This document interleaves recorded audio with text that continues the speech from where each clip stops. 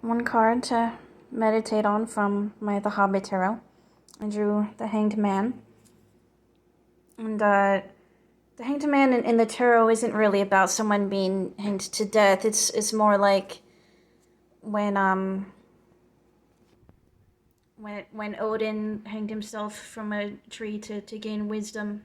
It's more about that than about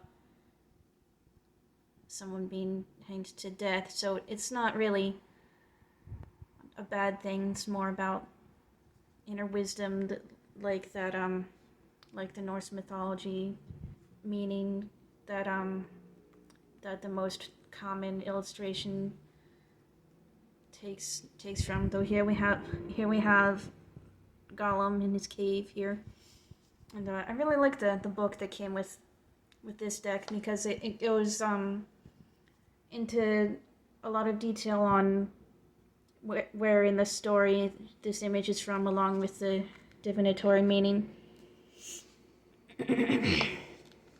So we have here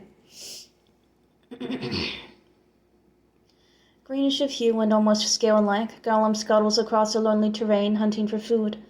On the ground, we see he has already captured and killed 2 fish for his meal.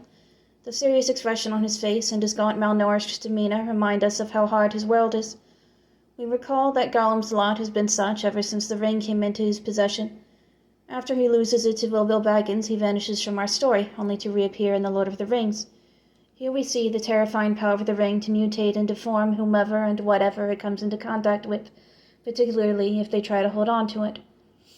Divinatory meaning: suspension of activities, sacrifices may be necessary, giving up control, surrendering to a higher purpose.